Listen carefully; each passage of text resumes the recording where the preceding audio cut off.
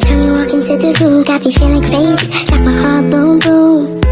Any other boy would stare, but me I look away, cause you're making me scared. Trying not to breathe, 1, 2, 3. Shalom semuanya, saat ini saya akan menjelaskan tentang profil GKS Jemaat Tambulaka dan sejarah singkat dari GKS Jemaat Tambulaka. GKS Jemaat Tambulaka berada di wilayah Kecamatan Laura, Kabupaten Sumba Barat Daya, dan tersebar wilayah pelayanan di Desa Kalenawano, Desa Wepangali.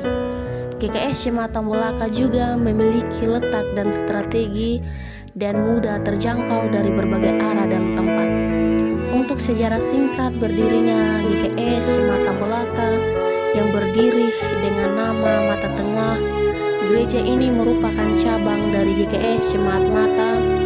Pelayanan yang pertama ditugaskan untuk cabang, yaitu Guru Injil Billy Dubu, dan dengan jemaat yang terdiri dari 24 kakak.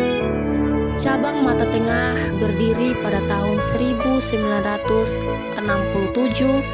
Gambaran lokasi di Kalembu Kalowo, yaitu Guru Injil Billy Dubu yang melayani pada waktu itu. Dan beberapa majelis jemaat pusat ditugaskan untuk melayani di jemaat Mata Tengah. Lalu pada tahun 2006, setelah melalui pengambilan dan keputusan, maka dilaksanakan juga pelaksanaan pemekaran di cabang Mata Tengah menjadi GKS Tambulaka. Pada tanggal 30 Maret 2007 dimekarkan dan ditabiskan seorang pendeta yang anak kudu STH di GKS Tambulaka.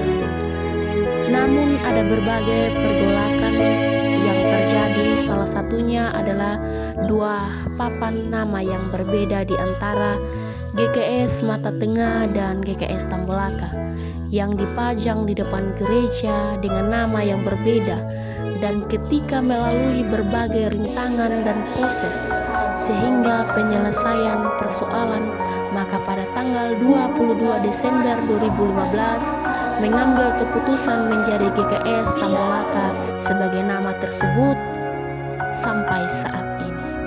GKS Jemaat Tambulaka pada saat ini berusia 18 tahun dan dengan perkembangan yang terus mengalami peningkatan antara jemaat dan kemajuan wilayah pelayanan, yaitu terdapat 8 W Granada Mata dibagi menjadi 3, W Tambulaka dibagi menjadi 2, W Wonobaru dibagi menjadi 2, dan W Etapua.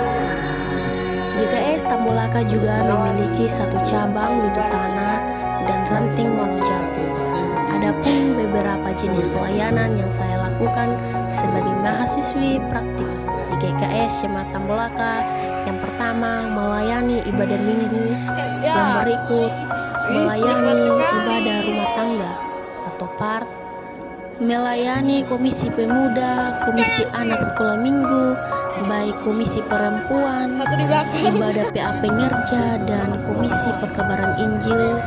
Lalu ada ibadah pengucapan syukur, dan saya juga mendampingi dalam ibadah kedukaan dan juga mengikuti rapat majelis jemaat dan rapat perangkat BPMJ yang membahas tentang pemanggilan pendeta kedua. Dan juga saya mengikuti kegiatan visitasi Seklasis Laura yang diikuti oleh pendeta Seklasis Laura, vikaris Seklasis Laura, dan mahasiswa-mahasiswi Seklasis Laura, dan rangka survei gedung pastori baru dan kelayakan pemanggilan pendeta kedua. Saya ingin membagikan sebuah pengakuan yang sangat pribadi, namun juga menjadi kesaksian bagi iman saya, bahwa seluruh proses pelayanan orientasi lapangan ini saya jalani bukan karena kekuatan saya sendiri, tetapi semata-mata karena anugerah dan campur tangan Tuhan. Dalam inti dari kehidupan rohani kita, segala sesuatu termasuk pelayanan berasal dari kasih karunia Allah.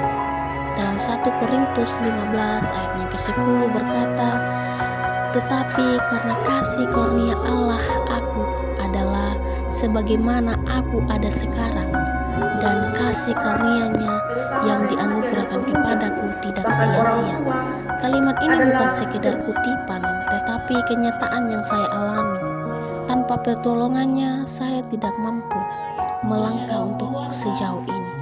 Di balik segala pencapaian, ada Allah yang menopang, menuntun, dan melengkapi saya di dalam kelemahan saya. Dan melalui pelayanan di GKS Cemata Melaka, saya belajar bahwa pelayanan bukan soal kehebatan, strategi, atau keaktifan semata, tetapi tentang ketaatan, tentang hati yang bersedia dibentuk dan hidup yang siap dipakai Tuhan.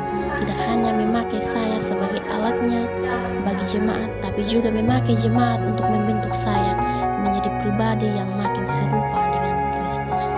Kiranya setiap benih kasih, doa, pengajaran, dan kebersamaan yang telah ditabur selama saya pelayanan bertumbuh menjadi buah yang tetap, buah yang tidak hanya memberkati jemaat, tetapi juga memperkaya hidup saya secara rohani dan menjadi kesaksian bagi orang-orang di sekitar saya. Di akhir masa ini, saya tidak berharap nama saya dikenal. Yang saya harapkan hanyalah satu, agar nama Tuhan dipermuliakan, dan setiap orang boleh melihat bahwa Ia hidup dan bekerja di tengah umatnya. Terima kasih dan shalom.